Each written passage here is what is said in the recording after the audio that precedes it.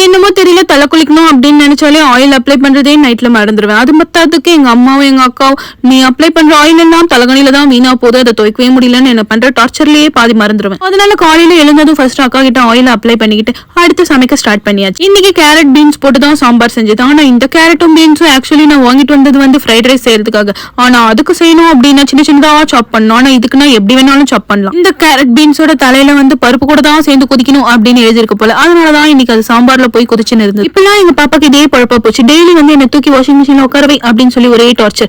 எடுத்துட்டு போய் ஹால் ரூம்ல விட்டு வந்தாலும் பந்து எடுத்து அடிச்ச மாதிரி திரும்பி ஓடி வரும். முன்னாடிலாம் நான் ஒரு பெரிய ஷெஃப், என்னோட ஹாபியே குக்கிங் தான் அப்படின்னு சொல்லி தெரிஞ்சுக்கிட்டு இருந்தேன். நான் சமைச்சு கொடுக்கும்போது என் வீட்டுல இருக்கவங்க மூஞ்ச பார்க்கும்போது தான் தெரிஞ்சது அது எல்லாமே தப்புன்னு. செஞ்ச ரெசிபிலே ரொம்ப மோசமான ரெசிபி எதுனா இந்த டால்கோனா காபி அப்படின்னு சொல்லி கொஞ்ச நாளைக்கு முன்னாடி ட்ரெண்டிங்ல சுத்திட்டு இருந்தது.